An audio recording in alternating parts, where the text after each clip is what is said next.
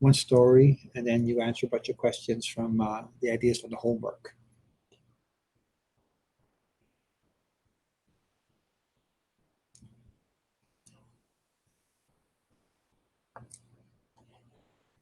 I'll just keep taking attendance.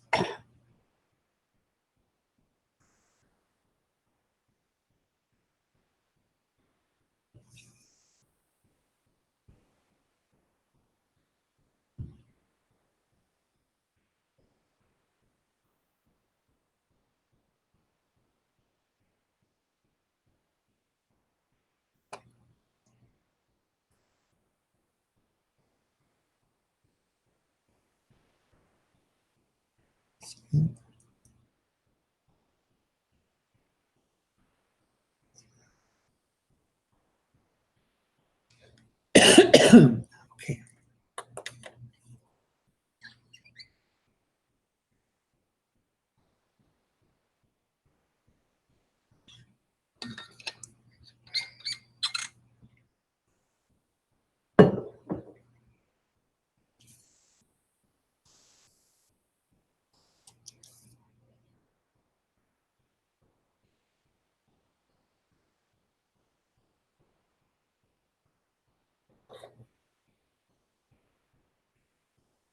Hi, Louisa.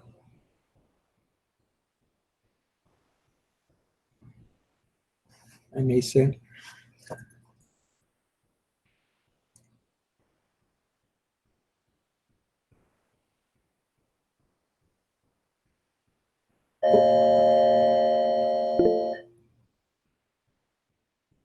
I got you, Louisa. Thank you. Okay, everyone, welcome to Monday. Number of things to do today. Um, 1 second. I got Jade. We'll start with a prayer, and then we're going to take up the 2 assignments that I assigned for the weekend. And then I'm going to use PowerPoint presentation. Your only homework for today is going to be the journal. We'll talk about that. Then I'm going to review for the test on Thursday. I'm also going to review if you have any questions on the Freedom Writers assignment, and then review for the CPT as well. So we'll try and break it up into small different groups. So let's start with a prayer first. And this is a prayer by a student named Christina Barber. In the Father, Son, Holy Spirit, Amen. Happy are those. Happy are those who can love, cherish, and respect everything that God has put on this earth. Happy are those who love and respect everyone equally, not judging by their race, their gender, or appearance. Happy are those who can sit and look at the moon and stars and relieve all the stress that they have. Happy are those that take time to spend with the less fortunate. And happy are those who don't rely on materialistic things, who can be happy to appreciate what they have. And Father, Son, Holy Spirit, Amen. Thank you, Christina Barber. It's a little prayer book that a colleague of mine put together when he was at St. Elizabeth. And I met him at Father Michael McGivney, so I'd like to use this book. So let's one last time check for the attendance, make sure everybody's here, and so I can put it in. And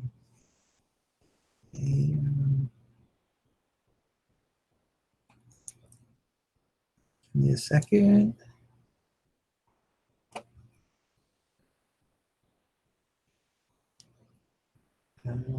Elia, thank you. David, thank you. Larry, thank you.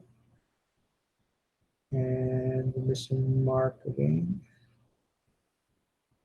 And missing and Oliver. Ryan's here, thank you. So let me get these people down here.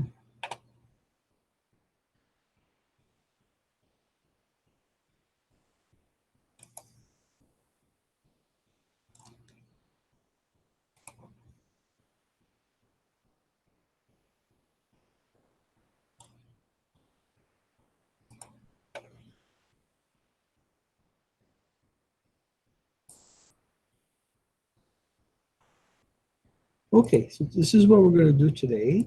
We'll start off with our PowerPoint presentation. And after the PowerPoint presentation, I'll give you about 20 minutes to work on your journal, which is for today. And your journal is going to be talking about the story of the mother and her son. And I'll guide you with some ideas to the PowerPoint presentation. And then from there, we'll move on. And I'll take any questions you guys may have. Let's see. Okay, good. So let's start the power presentation.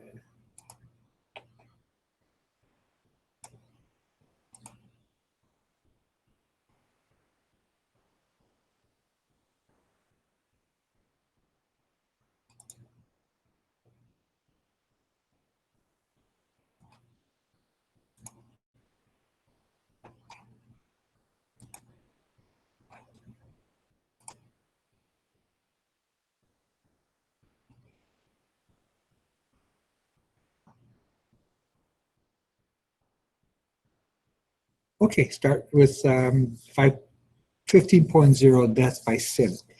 Excuse me, I need some more coffee here.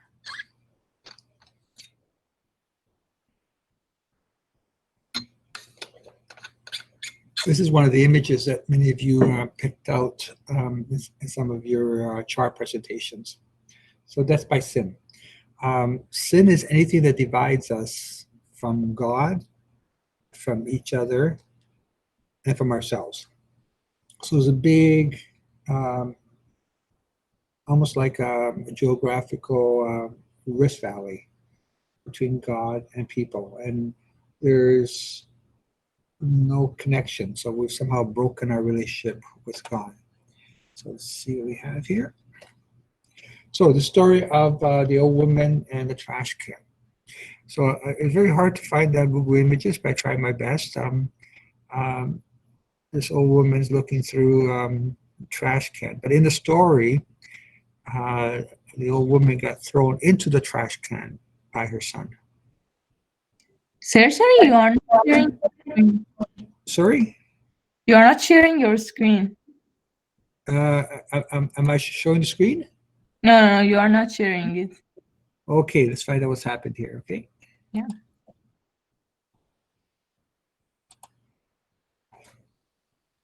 Sorry, thank you for telling me that.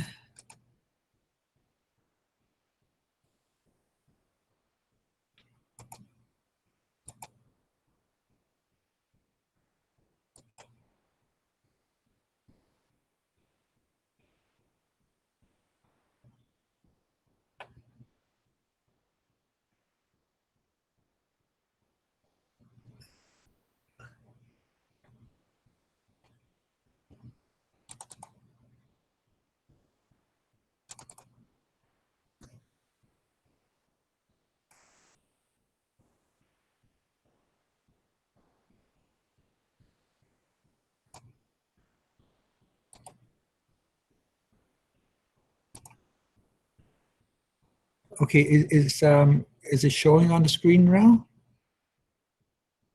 Yes. Okay, good. Thank you very much. I'm gonna hold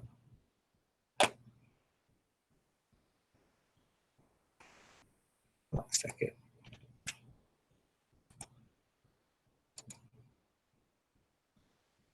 Do you still see the image? Yes.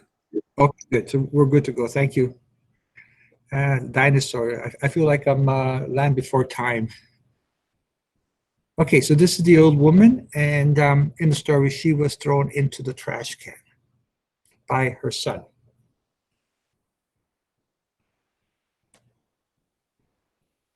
The old woman says that the son had taken the wrong path in life. Something had happened between them, and the son went his own way.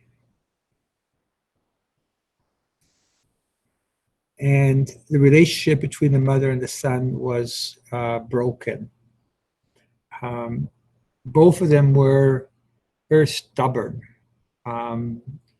We call it rockheads, very full of perhaps pride, that they couldn't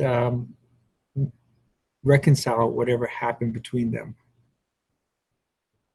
And the mother says that at that instance, he started taking the wrong path in life, and divergent to where she wanted him to be. And the old woman blamed herself for how son turned out. As a mother and as a father, we always feel responsible for our children. We do whatever it takes for them to be successful, independent, mature grown-ups.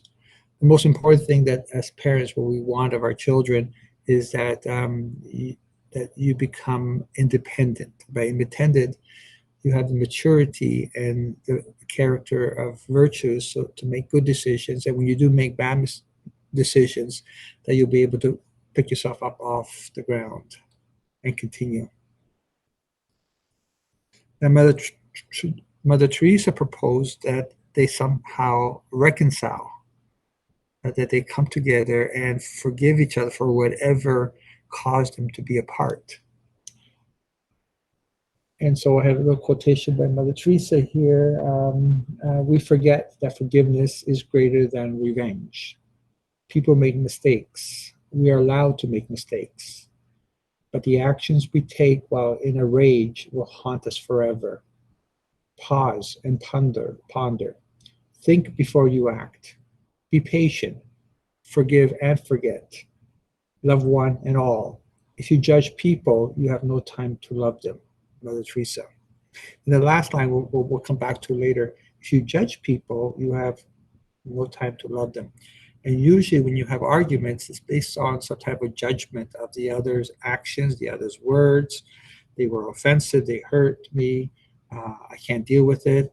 You're trying to hold me back, I want to be free. So it's often those judgments that we make about our behavior and what behavior we should be showing that causes us to break our relationships. So the question is, when the old woman and her son meet, who forgave who? I hope my English is good. And I'm going to let you figure this one out. And I want you to think back to a PowerPoint presentation and a short video of the prodigal son a long time ago. And this is another quotation from Mother Teresa, since we have her in our presentation in our homework. And I thought this was very, very appropriate. And you often hear this during graduations. So if you have an in-person or virtual graduation next spring or June or whenever they're going to do it, you often hear one of the distinguished speakers, the guests, will always quote Mother Teresa. As you graduate, this is what you want to do. This is what we want you to do and how to behave. So people are often unreasonable and self-centered. Forgive them anyway. If you are kind, people may accuse you of ulterior motives. Be kind anyway. If you are honest, people may cheat you. Be honest anyway. If you find happiness, people may be jealous. Be happy anyway. The good you do today may be forgotten tomorrow. Do good. Give the world the best you have, and it may never be enough. Give your best anyway. For you see, in the end, it is between you and God. It was never between you and them anyway. Mother Teresa of Calcutta. You can call her now Saint Mother Teresa of Calcutta. So did the mother forgive the son, or the son forgive the mother, or did they both forgive each other? Were they willing to forget what they forgave and who they forgave? The mother and the son each destroyed the relationship they had as a mother and son. The mother could not be the mother she wanted to be, and the son could not be the son she wanted to be. Something happened in the mother-son relationship that caused it to be destroyed. Another quote from Mother Teresa, which I think is also very appropriate here: when you do have arguments with people and you become thick-headed and rock-headed and stubborn, full of pride and arrogance and vanity, I'm right and he or she is wrong. Being unwanted, unloved, and uncared for, forgotten by everybody, I think that is a much greater hunger, a much greater poverty than the person who has nothing to eat. So what happened in the relation between mother and son is that love disappeared. The mother's love to the son and the son's love to the mother, something happened, and they felt unloved, and that the other didn't care for them, and therefore they wanted to forget each other.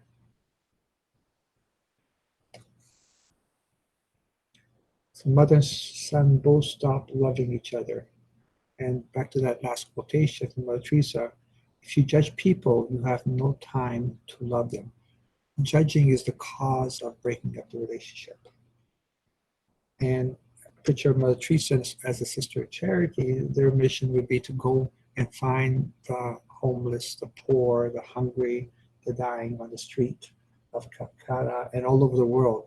We even have a couple sisters who live in Parkdale in downtown Toronto, a very poor part of the area where there's a lot of mental health issues near CAMH. We have Mother Teresa and her Sisters of Charity all over the United States and Canada. We are so wealthy in Canada, and yet the sisters are here to help those who have been left out, not just in the slums of Calcutta. Meaning of sin, according to the Catechism of the Catholic Church. Sin is an offense against reason, truth, and right conscience. Now you should be able to understand this first line. What is reasonable, what is truthful, and what goes against our conscience. It is a failure in genuine love for God and neighbor. It wounds the nature of the human person and injures human solidarity. St. Augustine said that sin is a form of self-destruction. So if you're really interested to read an incredible book, it's called The Confessions of St. Augustine. And when St. Augustine was not a saint, but a normal kid growing up, he was very, very devious, mischievous. He didn't care much about God or anybody else for that matter. His father was a Roman and a pagan. His mother was a devout Christian. And his mother kept praying for him and kept praying for him. And then one day he saw the light and then became a priest and then a bishop, and is one of the, we call the fathers of Christianity. St. Augustine, St. Thomas Aquinas are probably the two most important theologians we have. Now, one of the books he wrote about his youth was called The Confessions. And he is basically confessing all the bad things he did. So there's one story that's my favorite. At one point, he and his friends, in addition to a lot of other normal teenage pranks, went onto his neighbor's property and stole pears from the neighbor's tree. Now, when the old man caught him, "Hey, what are you doing stealing my pears?" What do you think his answer was? Was it because he was hungry? No. Was it because his friends put him up to it, peer pressure? No. Was it because he needed to make some money, was going to sell them at the market? No. He came up with probably the most honest and truthful answer of any situation that you ever caught yourself when you're stealing. He stole the pear because it was there. That's his answer. It was there for the picking. It was just calling him, take me, pick me. Okay? Even though he knew it wasn't his pear, it belonged to an old man, it was his land, his trees, he stole it because it was there. He made no excuses. Mr. Carrera, I'm here now, by the way. Okay, thank you. As soon as the PowerPoint presentation is over, Andrew, I'll change the attendance. Okay. Okay, thanks. So stealing the pear was sin for sin's own sake. He was not hungry. He had a pear tree of his own, etc. The thrill was in knowing that he was sinning for no other reason than to be sinning. It was there. That's the best answer. If you ever get in trouble, just tell the truth. Admit what you did. Say sorry what you did. The minute you start lying, you start creating a web of deceit all around and around and around. And we have a saying in theology classes, but also in the teaching profession. It's something that I learned a long time ago that my grandfather and my father and mother taught me a long time ago. And please do not be offended when I say this. Thieves, those who steal, are the stupidest people in the world. Why are they stupid, or the stupidest people in the world? Is because when you lie to cover up your theft, what you've stolen, you create more lies to cover up more lies, and you web this whole network of lies together to make it all seem like it wasn't you. This is why a teacher, a parent, administrator, the police, the courts, the lawyers will ask you over and over the same question. And what they're waiting for is for you to change your story. And the minute you change your story, it all unravels. If you told the truth, it's easy. The truth is the truth. The minute you start lying about what you stole or did you steal, that's when you start creating story after story after story, and your mind gets overloaded and it crashes. You cannot remember all the lies. And they'll say to you, oh, but I thought you said this. Okay, my wife, who works for federal government as an auditor, whenever she talks to anybody, she puts it on her computer. She logs it in. So she has a record of the conversation. And if a client says they're going to send the information by, let's say, September 30th, and September 30th they haven't sent it, she'll phone them up and says, you promised me September 30th that you'll send me the information. Oh, I thought it was October 30th. Oh, no, it's September 30th. I have it written down right here on my computer. I logged it in. That's when they catch you. And this is what we all do as parents, teachers, etc. We ask the same question, waiting for you to fall and say something different. A lie that doesn't correspond, doesn't relate to the other lies. Okay, so this is why St. Augustine says it's a form of self-destruction. This is not who you are. God did not create you to steal, nor did God create you to lie. God wants you to be respectful of people's property, to not covet or desire or want anything that belongs to someone else. And God doesn't want you to lie, He wants you to tell the truth. And we've learned what lying can do to you in our first test on Socrates and Plato. Okay, so let's stop there.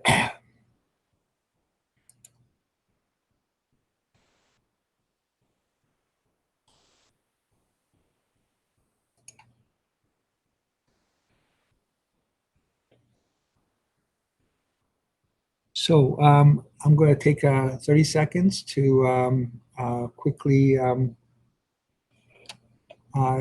catch up on my attendance, see who we're missing, and then I'd like you to think about 15.0 and see if you have any questions.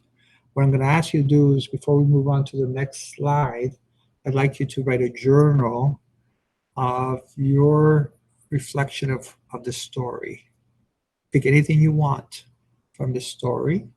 This was for homework, and I've just taken it all up. So I'm going to give you 20 minutes to work on your journal. If you have any questions about the PowerPoint, I'll take it up as soon as I take attendance.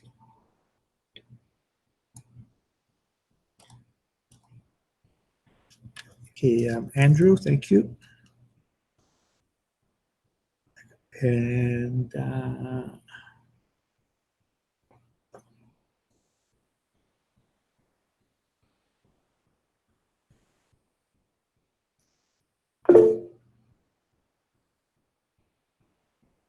No, no, Zine, this is not on the test. Ben, you asked a question. Give me a second, okay, Ben? Let me just finish taking attendance. Okay.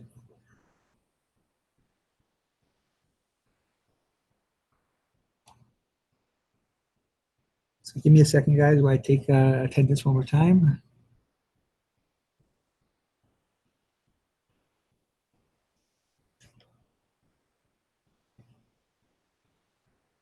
Okay, Mark showing us, thank you.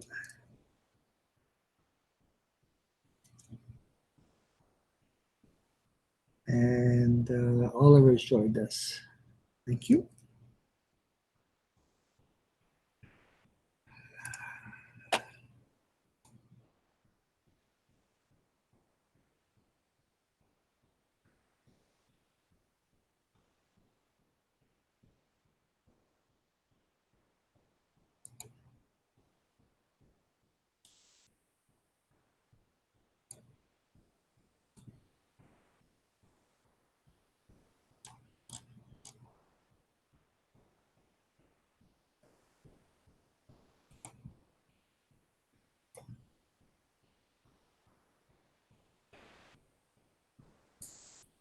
Okay, so see what we have here.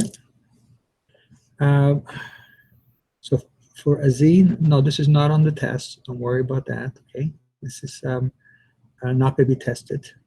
Although a lot of the ideas we covered are uh, same ideas in the previous lessons. Ben, can it be anything related to absolutely anything you like? So start with the story and then see where it takes you. Whatever comes to mind, maybe your past experience, maybe somebody else's experience, maybe something happened to your parents. Does it remind you of anything? You have total freedom to write whatever you want about this journal. Today's journal is to write a story of, no, Louisa, I used a PowerPoint to take up the assignment. This is 15.0, and there's a story about a mother and her son, and the son threw the mother in the trash can. So the PowerPoint helped explain what the story was about. Okay, so I took up the assignment using the PowerPoint to guide us. Okay, Louisa? But you can write anything about the argument the mother and son had. They want to make peace. Mother Teresa helped them make peace. What happened? Who blamed whom? What happened at the end of the story? Anything you like. So for everybody, all I want is one page for your journal. So I'd like you to hand it in to me. Let's say at it's almost 1 o'clock now. So by 20 after, you should be able to hand in your journal.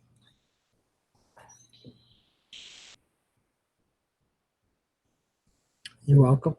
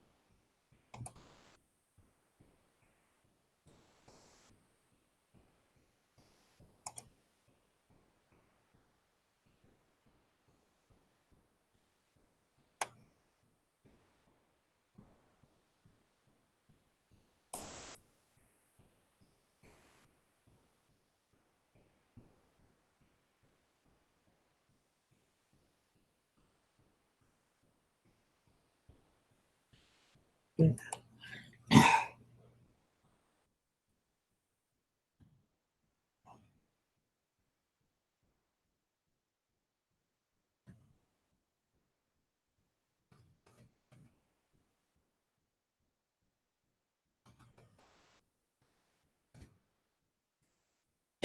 Louisa.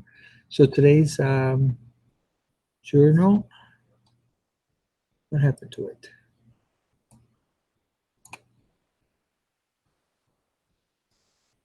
Is using the story about the mother and the son. Just write a journal.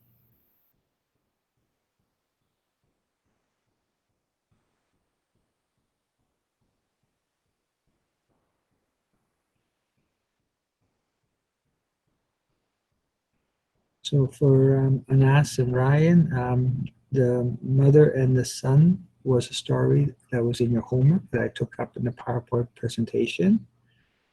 So I'd like you to take that story and just write whatever you want to write about it. Yes, and that's how the son threw the mother in the trash, why, what happened, and how did they try to reconcile. Mother Teresa suggested that they try to forgive each other for the past. Anything you want to write about.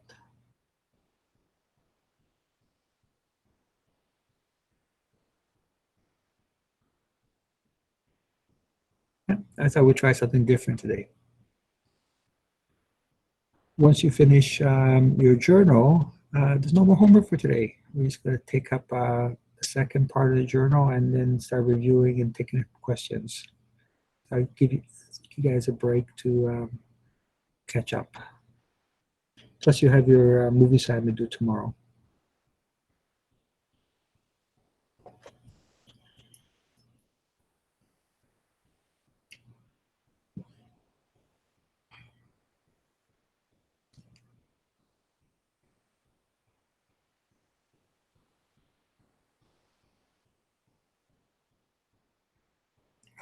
Today, after a PowerPoint presentation, if you want to work on your CPT, you're free to work on your CPT, and also if you have any questions about CPT.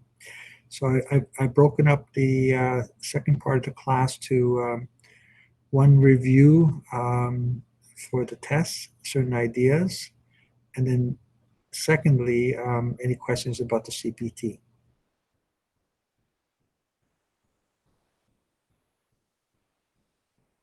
Azine, oh yeah, and the third thing is the movie assignment. So hang on to those questions when we have time in the second half of the class.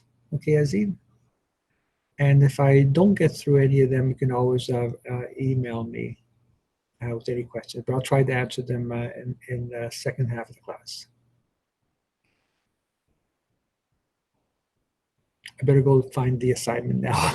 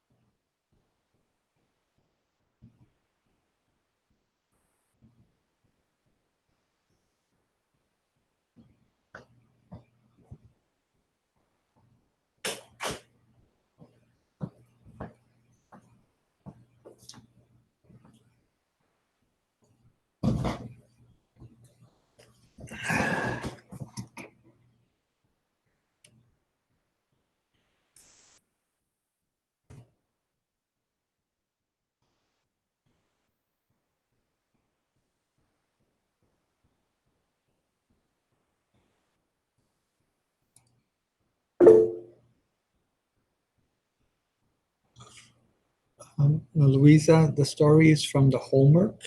It's 15.0. I'll get the page for you.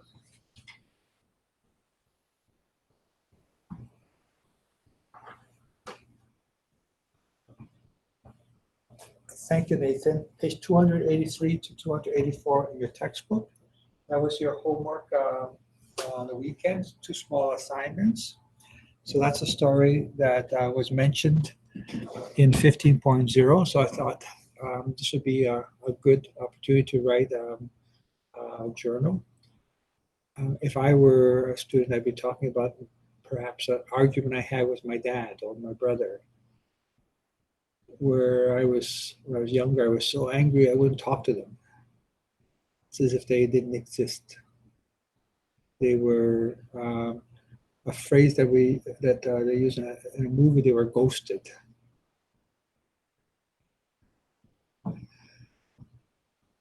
Similar to what happened in the story here. If you had an argument, yeah, anything you want. I think that's a good idea you've chosen.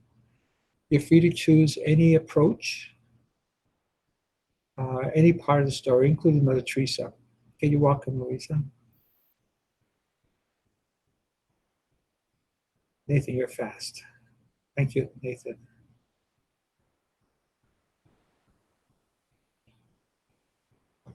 So 10 more minutes, and then if you don't finish, then you can finish it later, but we'll give you 10 more minutes.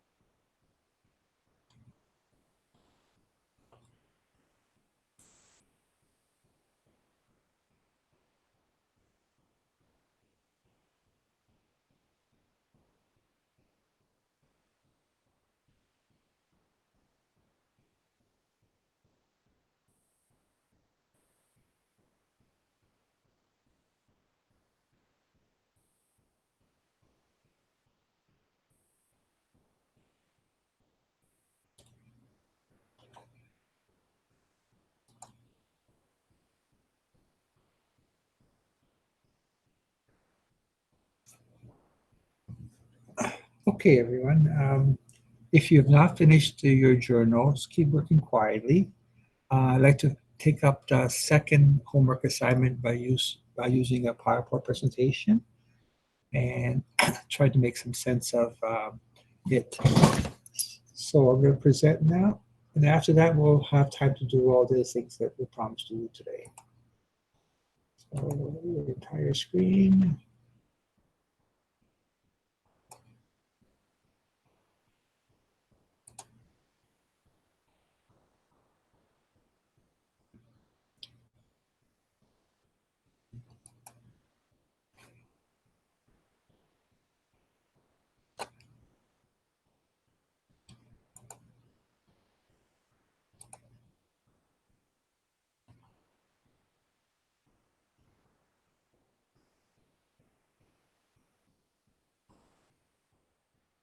Okay, we're okay with the screen. I hope everybody can see it. Okay, what is sin? So we had the definition of sin from previous lessons. So I thought I'd put it back in here again.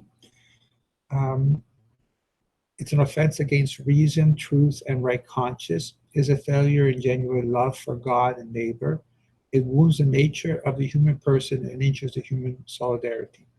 On the right side is a picture of Cain and Abel. We talked about Cain and Abel and the two types of offerings that were given to God, and Cain ended up killing Abel. So sin is any thought, word, or action against God, against others, against oneself. And we talked about this when we described it as two hands. With two hands, with one hand you reach up to God and you love God with all your heart, all your soul, and all your strength and all your mind. And with the other hand you reach out to your neighbor and you love your neighbor as you love yourself. And if you break the relationship between you and God, and then you break the relationship between you and others, then you box yourself into a position, a place of alienation, isolation, loneliness. And Pope John Paul II called this hell. And hell is being all by yourself because you don't want to love God and you don't want to love your neighbor and you don't want to love yourself because God created you to be a loving person, not to turn love within yourself and be proud, vain, arrogant, and ultimately, in extreme form, narcissistic. Now, there's some handouts in your package that cover this as well. So, but I have it here in your PowerPoint. This is between an action or commission and an omission. So, the act of commission and act of omission. Got to change the title. Commission is a wrong thing a person has done or committed. So, on the bottom, um, two soldiers are grabbing a person's hair, probably a villager or a rebel, and they're disrespecting the person. It might be someone who is in the way of the power of the government and the army. And so when you do something, an actual action, a commission is you do something to a person which is wrong, denying them their human rights, disrespecting them, making fun of them. On the second one is an omission, a non-performance of a good act. And so what you have here is a painting of the story of the Good Samaritan. And the Good Samaritan, if you recall, was the enemy of the Jewish people. The Samaritans were Jewish people, but they took living the laws of the Torah so leniently that the Jewish people says, you're not strict enough, you're not following the rules. So they got ostracized, got pushed out, were considered to be traitors to the faith because they weren't following it down to the letter of the law. And therefore, eventually, they became the other, objectified the other as the enemy. The two people who passed by the person who robbed um, committed an act of omission. They could have helped, they could have nurtured, they could have got help, but they refused to. Instead, it was a Samaritan, someone that was despised by the Jewish people, the enemy, who ends up being the neighbor who takes care of the lonely person injured on the street. Okay. Guilt. We talked about guilt, right? Guilt signals to us that we are not comfortable with our behavior. So something inside of us tells us what we did is wrong or what we failed to do is wrong. It can alert us that something is wrong. Guilt is a healthy conscious, in a healthy conscience should lead to making good decisions. It causes us to rethink our actions. I want to in this PowerPoint, they talked about I want to believe from Braveheart.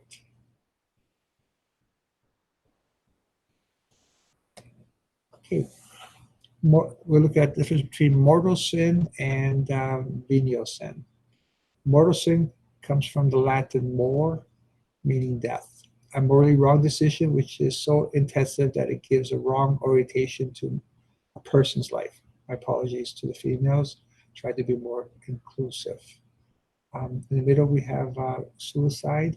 We have Pol Pot regime who murdered millions of Cambodians. And then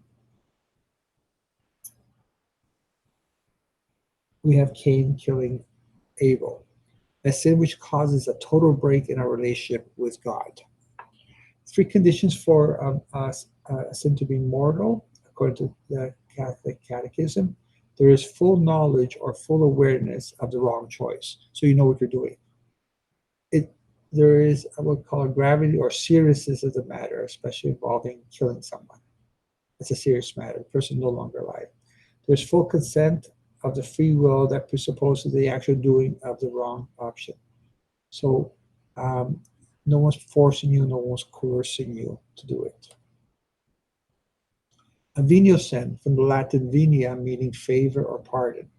A sin that causes a weakening or a strain in a relationship with God. It can lead to mortal. It can lead to actions which are very, very serious. So it's a serious, but not as serious as mortal. Just a review, I found this PowerPoint presentation that I borrowed. Our 7 deadly sins or our 7 vices.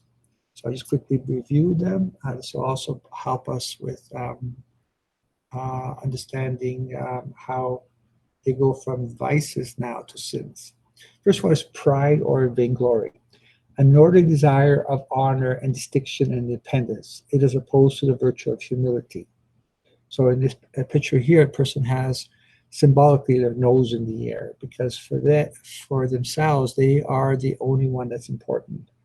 They're proud, they're vain, they're arrogant at the extreme form, and they're ultimately narcissistic. Second one is avarice or greed, in order to pursue the material goods, desiring what belongs to others, leading to dishonesty, stealing, and injustice. It is contrary to the virtue of liberality, equity, and charity.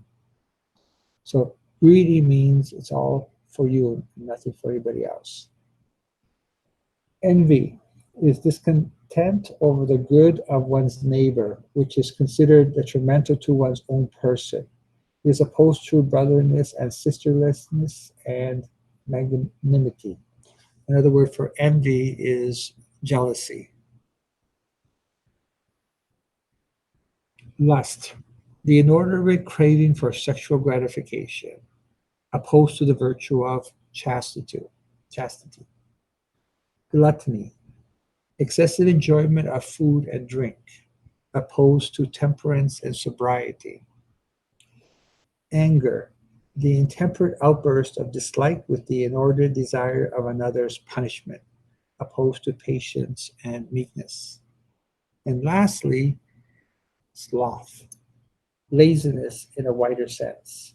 In a narrow sense, it means religious spiritual sloth, a turning away from spiritual things because of the effort which they require, opposed to piety or humility and the love of God. So to summarize, we are all sinners. We're proud, we're greedy, we're jealous, envious, we're quick to anger, seek revenge, we're lustful for pleasure, we're gluttonous, consumption of everything in a materialistic world, and we're slothy, lazy, trying to find shortcuts rather than working hard. The Vatican II added 7 new capital sins. And we often don't think of it as sins, but in fact are. Number one is polluting, destroying the earth that God gave us dominion to and asked us to be stewards. Genetic engineering, playing God, making things that are not from creation. Think of making an army of soldiers from test tube babies. Obscene riches, especially this COVID pandemic, the rich seem to get richer and the poor seem to get poorer. And having too much wealth and not sharing wealth with others, or obtaining wealth by devious, if not sometimes legal means through corruption, is obscene and therefore a sin. Nothing wrong with money. It's how much money and how you got it and what you do with it. Taking drugs destroys your health. Abortion destroys a child before birth. Pedophilia, sexual assault of a child, a minor, exploiting the person from a position of power. And anything that causes social injustice like discrimination, ageism, sexism. Sin is a breach, sorry, forgot this. Yeah, sin is a breach of the covenant of God. The covenant of God's relationship of love that is freely offered by God to us, a relationship of love that we freely respond to God's offer to be loved by God, in other words, to be God's people. So two of the sources of the covenant we have is from the Jewish Torah in the book of Exodus, the Ten Commandments. And the second one is the new Torah, which we saw in the Sermon on the Mount, is called, and the Gospel of Matthew is called the Beatitudes. Now, in the middle, sin is simply a failure to love, breaking the heart. Now, just as a note, this image on the left is an image of Moses and the Ten Commandments. It's taken from Zeffirelli's The Ten Commandments. Those of you who were in my class last year, we saw this movie as part of Christianity, and if you were in grade 9 as well. Now, I have an article somewhere at home in my binder, Judaism and World Religions. There was a Jewish professor who decided to take a look at the props that Moses is carrying here, and discovered that there are not 9 commandments listed on the 2 tablets. No, there are not 10 commandments, but 9 commandments. That in making the prop for the tablets, they missed one. If you're curious, if you're interested, try to find out which commandment is missing. I'll see if I can find the article and bring it to you. So doesn't mean that there are not 10 commandments. Doesn't mean that we don't have to follow the 10 commandments. It means in the movie, they messed up.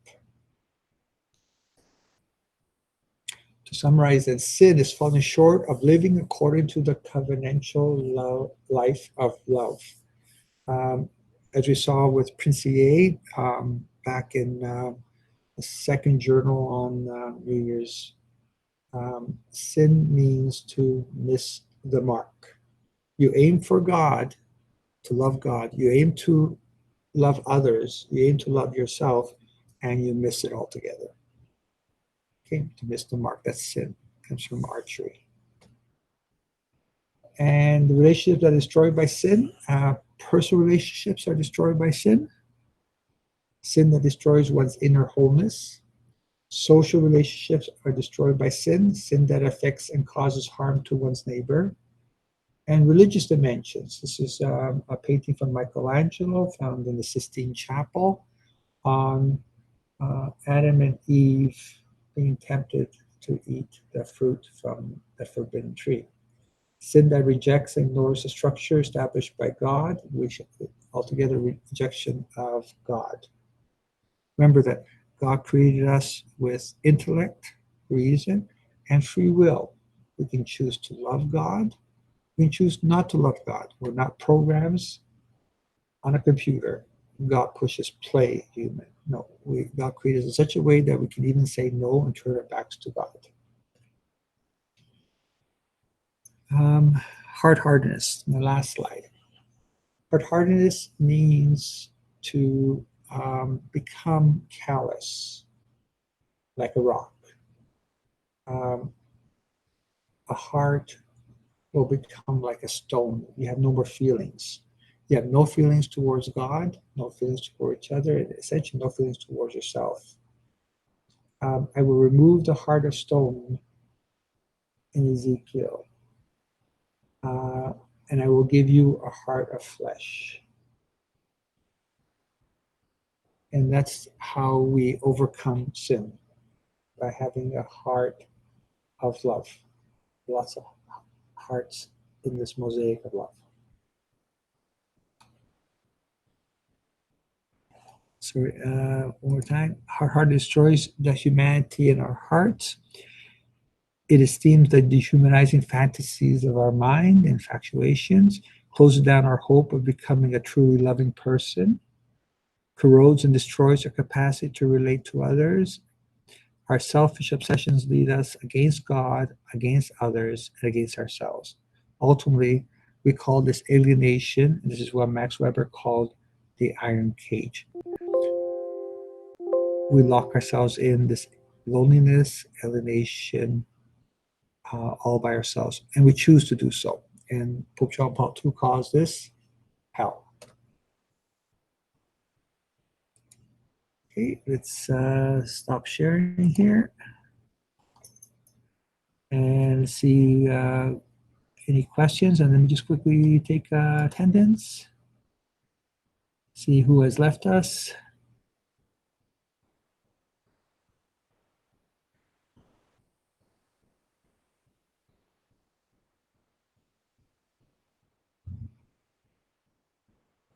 Okay, one student's left us.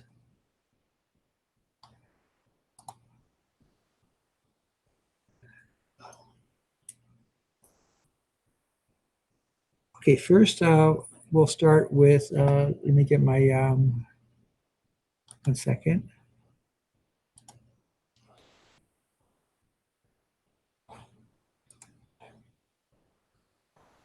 I keep losing my settings here.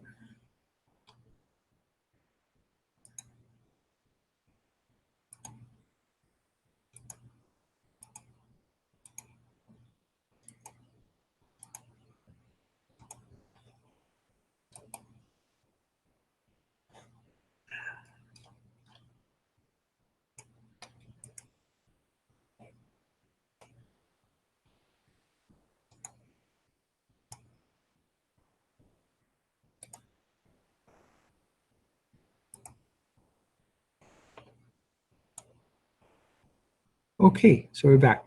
So first, I'd like to spend 5 minutes or so, seeing if there's any question about the second homework assignment, which is 15.1.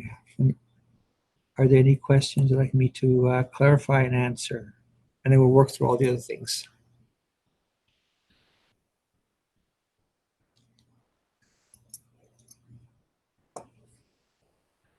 Okay, good.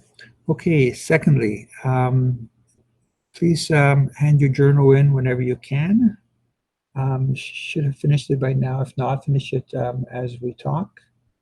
And please send it to me as soon as you can. Okay, next thing I'd like to cover is any questions on the movie assignment. So if you have any questions, let me go over. And there was one beforehand, so let me see if I can recover that question. And I think it's Azine. You'll go first if you have any questions. So Azine asks about question number 4C. So let me get it out here. So 4C, what do the students learn from the visit to the Holocaust Museum of Tolerance, and dinner with the Holocaust survivors. So you got to break it up into two parts. This is worth 2 marks. The first one is, what did they learn about the Holocaust when they went to the Holocaust Museum? Is the Wiesenthal Center. This is one in California. There's one in New York as well. And there's one in Israel, Yad Vashem. My wife and I were there last summer, and it was um, an amazing place, a lot of history. The 2 places that shocked me, and I can talk about this to help you understand what my experience going to Yad Vashem in Jerusalem was.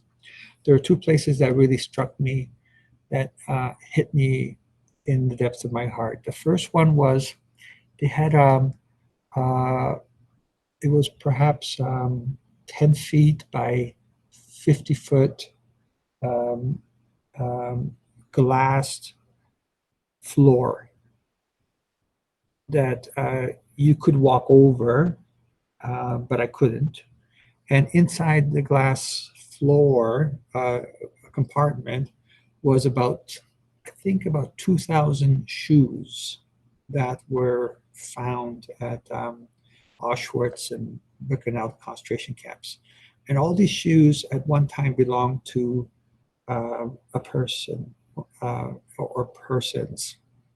And this is all that was left. They were murdered, and then they were by gas or by firing squad or by mass graves and suffocation, and then they were cremated. And so all we had left was shoes. A lot of them were shipped back to Germany, and but a lot of them were left here of either people who died or survivors. And seeing all those shoes really struck me, that every pair of shoe belonged to someone that is no longer alive. So that was my experience. Second experience, which was called the Hall of the Children.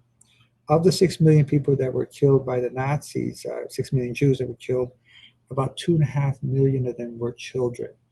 And they've identified, because of records, about 1.5 million children that were killed at the camps or at the ghettos or other places. And in the Hall of the Children, Memorial of the Children, it was completely dark, except for what appeared to be thousands of lights. And you had to walk through this little area, and all you could hear was the names of the 1.5 million children that they identified. So they would say Mark from Krakow, and or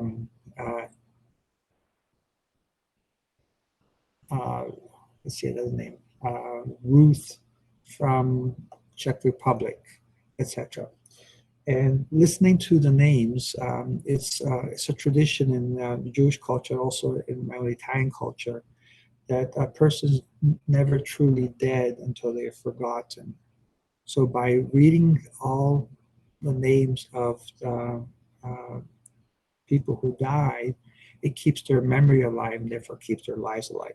What struck me the most is when they came up with, I heard the name Sonia from Prague, 8 years old. My daughter's name is Sonia. But hearing my daughter's name, Sonia, really hit me, because that could have been my daughter or anyone's daughter for that matter. And just hearing the name itself brought me to think about my own daughter, who was halfway around the world back in Canada. Okay, that's for C. Second part of the question has to do with what did they learn by meeting the Holocaust survivors, seeing their tattoos, the numbers. Remember, the Nazis took away your identity, your name, you became a number, and you got tattooed, branded. Okay, but listen to their stories and comparing their stories to your own stories. Okay, that's 4C. Next one is 5D. Okay, Azine? 5D is, after listening to Myeji's, Eva rethinks line during her testimony. When she testifies, she finally breaks down and tells the truth. Why do you think Eva thought it was more important to be more responsible and do the right thing and tell the truth rather than to protect your own life? So this is the most important question because it has to do with um, Pope John Paul II and Aquinas, Veritas Splendor and Natural Moral Law. The Pope asks in the homework assignment, and it's also found in our PowerPoint presentations, what should have supremacy, freedom or truth? The Pope says that truth should have supremacy over freedom, whereas Eva is being forced to have freedom have supremacy over truth. In other words, she is being pressured by her family, her tribe, her culture to lie and send an innocent man to death and possibly execution. If I don't know if California still had the death sentence at that time. Or she tells the truth, goes against her own family, an innocent person is freed, and the guilty person, the one who killed her classmate's boyfriend, is brought to justice. So 2 marks for freedom, 2 marks for justice, for truth. Okay, similar to your ideas from Veritatis Splendor from Pope John Paul II. And the third question you asked, and then we'll move on to other people, is 7A. Freedom Writers with a W was inspired by the Freedom Riders during the Civil Rights Movement, which Martin Luther King Jr. was a part of. A group of young people, and a lot of the protests for young people decided to get on a bus and go to the South. Um, Rosa Parks, who was a female who refused to go to the back of the bus. That's where blacks went. Oh, whites were the front, blacks were at the back. She refused. She got arrested. She was taken off the bus, got arrested, and the rest is history. So a group of young people decided to do that, and what they did was that the black people were at the front and the white people were at the back. And wherever they got off, they were met with a lot of violence. You saw pictures of it, of the history of the buses. And when they got out, they were beaten up and their buses were torched. And one white person, young person, almost got beaten to death. So these are called the Freedom Riders, and that inspires them to talk about freedom writers, okay, what they learned in class. Okay, so that takes care of Azine. Let's see what else we have. Okay, so now we go to, okay, Louisa, question number 6. Okay, a toast for change. So in beginning of sophomore year, which would have been grade 10, so they went from grade 9 to grade 10. So she offered them a new bag of books plus some apple cider, non-alcoholic. And she wanted them to toast for change, that at this point, whoever said they couldn't was wrong, and that they survived and made it to a new year, and that they're going to change. They have the right to change their lives, not that the lives are going to change them. So they are in control. They are free. They can make something out of themselves. And it's a celebration of their successes making it up to this point here. Okay, next one. Zealand. What does Marcus mean when he tells Mrs. Grewell that gang members get to die with respect? The thing that the gang members don't have is respect of the community, but they have respect amongst themselves. And therefore, if they're fighting for the gangs, they're fighting for each other, loyalty and the bravery that comes within the gang to defend themselves. So if they die, it's a noble cause. They're fighting for the cause, for the group. The only people that respect them are the people in the gang. Okay, Zan, so respect. The young people are respected in their own communities. It's a war out there. They're not respected in the schools because teachers don't care about them. They're losers, and they're not respected in society. They always think that they're criminals and that they should be in jail. Okay, Patrick Rule. So we have to include references to natural law, Pope John Paul in 5C to get full marks. Okay, 5C is, no, you don't have to, you don't have to, you don't have to source it, but it's simply the idea that um, Eva has two choices. She can lie or she can tell the truth. The first part of what Pope John Paul II talks about is the fact that you're free to tell the truth, you're free to lie. So here, there's so much, an enormous amount of pressure put on of Eva to lie, to protect Paco, to protect the culture, to protect the group. Remember, it's a war between, as Eva describes it, the Latinos and Latinas, people from south of the U.S. border, Guatemala, Mexico, Honduras, always Colombia, South America, and the Vietnamese and the Cambodians who came to America, a lot of them as refugees. And they all happen to find themselves in the school. The school is a microcosm of the entire community, but everybody has their area, everybody has their tribe, and it's all gang warfare. Okay, so that's the freedom she has. So is the freedom to lie more important than the freedom to tell the truth? The responsibility with your choices. And the Pope says that the truth should come before freedom, should have supremacy over freedom. Okay. So that's Patrick. So you should include those two ideas. I like to mark as 2 marks for the idea of freedom and 2 marks for the idea of truth. In the end, after having listened to everything that Mrs. Gruwell taught in class and all the experiences of herself and her classmates, and then listening to Mieki, who the woman who hid Anne Frank, she was conflicted. Her conscience got the better of her, and she decided to do the good thing, which is the truthful thing, and not put an innocent student in jail for a long time, and instead brought justice to the person who did it, who happens to be her boyfriend. Okay, Louisa, 1B. Okay, why they feel with such anger to begin the movie? Because they've been put down, beaten down, disrespected from society, and they seem to be the loser society. Nobody respects them, nobody cares, but everybody's afraid of them. And as a result, they come in angry because of that. The second part of the question is, do you think their anger is reasonable? Do you think that they're justified, reasonable? It's reasonable for them to feel that way. When you're put down so much, it becomes part of you. This is why the movie is so good, is despite all the disrespect, they learn to respect. They learn to believe in themselves. Okay. 2A. Why do they only trust peers from their own ethnic racial group? Because that's where they find peace. They find respect. They find people who care because they're each group, each gang are having the same experiences.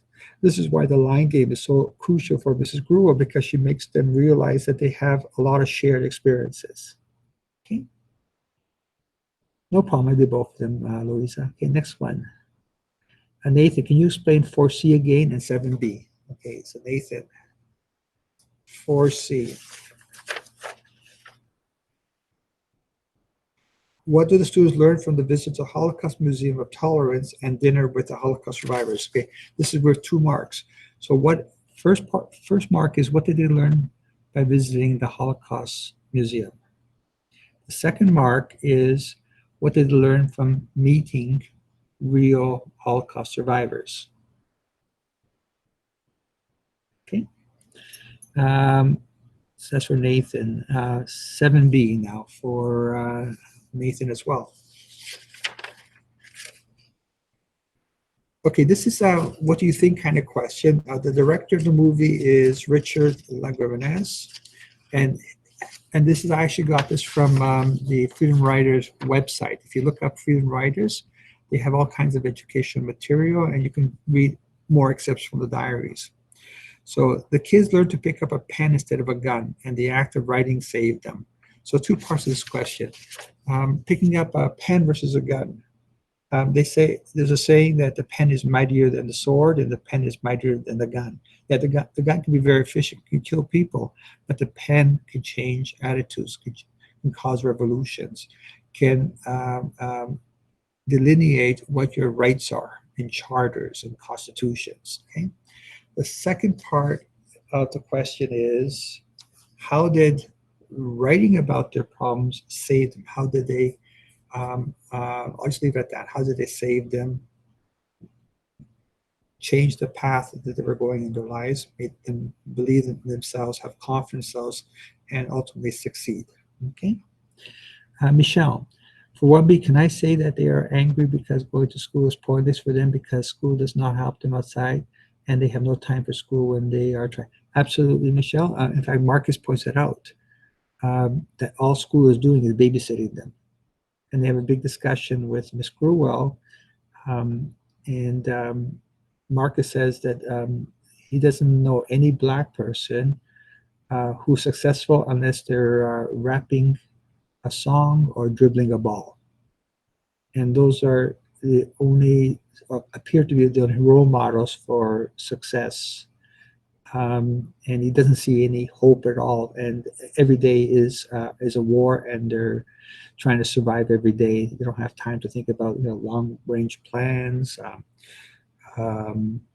what university they're going to go to, what college they're going to go to, what career. Every day is just a question of survival. Okay, so let's go on. I'll try to get to all the questions. Be patient with me. Okay, so next is Zelana. Zelana asks about 3A. What does Marcus mean when he tells Miss Gruer that gang members to get to die with respect? Okay, respect from the gang. Their bravery is recognized. The only problem that Miss Gruel says is that people forget you. Once you're buried, that's it. Nobody cares about you anymore. And life goes on, and the struggle goes on, the war goes on. For Remembrance Day coming up in a few weeks, the motto is "Lest we forget." And again, like I told you before, a person's only truly dead when they're forgotten. When they're alive, they still live in your heart. So Patrick Rule, if we're getting marked very specifically on concepts we taught us in class, like if I see where you state that we get 2 marks by applying it.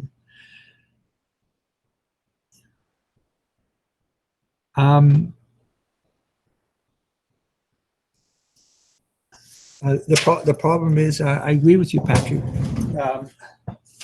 I told you that I get to show you movies because we're teaching ideas. And when I went over this before, if you recall, I was saying that this is a reason, this question here is the reason why I get to show the movie, because it puts into action what we've been talking about in the last 5 or 6 homework assignments. And we talked about natural moral law, and we talked about Veritas Splendor, and we also had some journals on them as well. And the whole point of this unit is to look at the dichotomy between freedom and truth. So this question is talking about, and I thought I discussed this with you, but that's something that I will consider when I rework this question for another class, but a valid point you made. Thank you for suggesting it. The other thing you have to also be careful of is the marking scheme.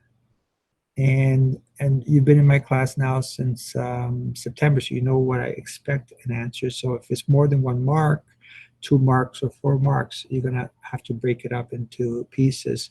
And this fits perfectly into what we've been talking about during the whole unit. But that's a good point you made, and I'm gonna consider it next time I assign this assignment and rework the questions. I'm also trying to improve. You don't need ideas from Pope John Paul II. Pope John Paul II is the author of the encyclical Veritatis Splendor. And Veritatis Splendor comes from St. Thomas Aquinas, Natural Moral Law. But if you take the ideas of Veritatis Splendor, they talks about that, and this is the whole point of our modern, materialistic, morally relevant, secular, atheistic society, is we have all kinds of freedom to do what we want, but should we do them? That was the whole point of Geiger's ring. If you had Geiger's ring and you had invisibility, would you use it? You have the freedom to use it, but the truth of the situation, would you use it? The Journal on Cheating, McDonaldization, Marco Muzzo, all those revolve around the same idea that we're free to use. And total freedom we call license. You have total freedom to do what you want, but should you? You're free to cyberbully on the computer, but should you? You're free to bully in person when you see a grade 9 walking and you want to initiate them into something, but should you? So the whole point of this unit is to look at all the things that we can do and choose the good things rather than the bad things. This is why we have distinction between virtues and vices. Okay, Kevin? I'm not sure what the abbreviation NVM stands for. Sorry. Now we're talking to the dinosaur here. Okay, let's see if I missed any. Let's go through this one more time. Okay, Zine, Patrick, Louisa, Nathan, Michelle, Zilan, Patrick. Again, thank you for the suggestion. Okay, that's good. That's it.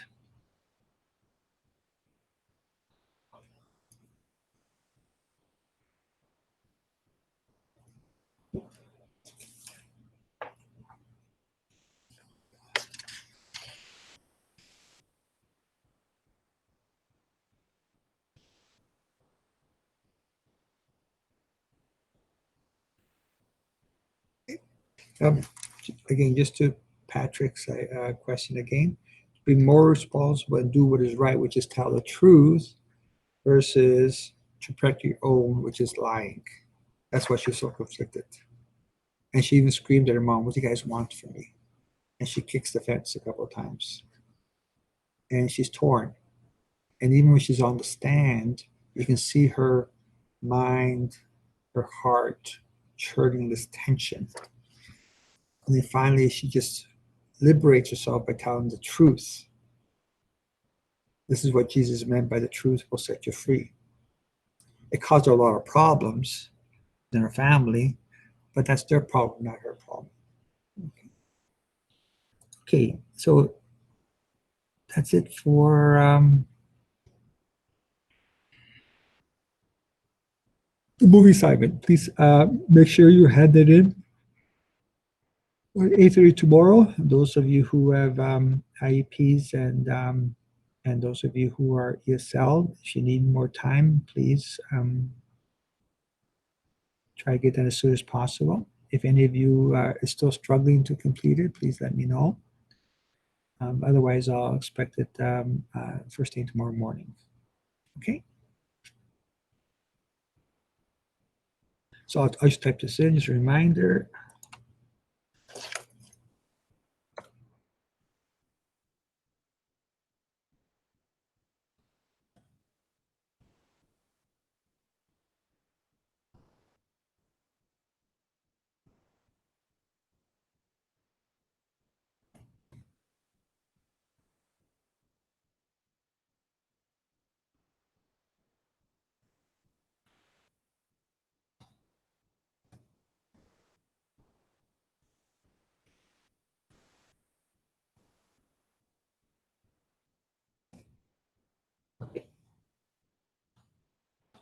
Check attendance again.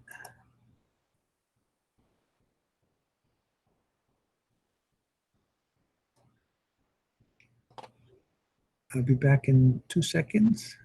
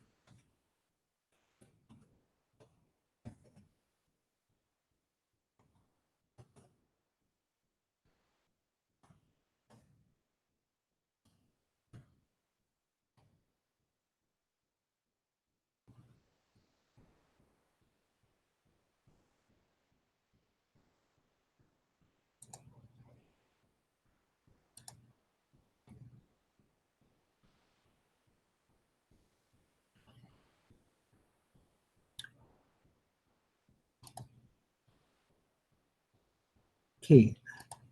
The next part of the class I want to spend on your test on Thursday. And I want to go through some of the assignments to highlight some of the main ideas. You don't have to know everything, and you do have it at your disposal. Um, and you also have your homework at your disposal. So if you were to organize yourself and just highlight the main ideas, then that will prepare you for the tests.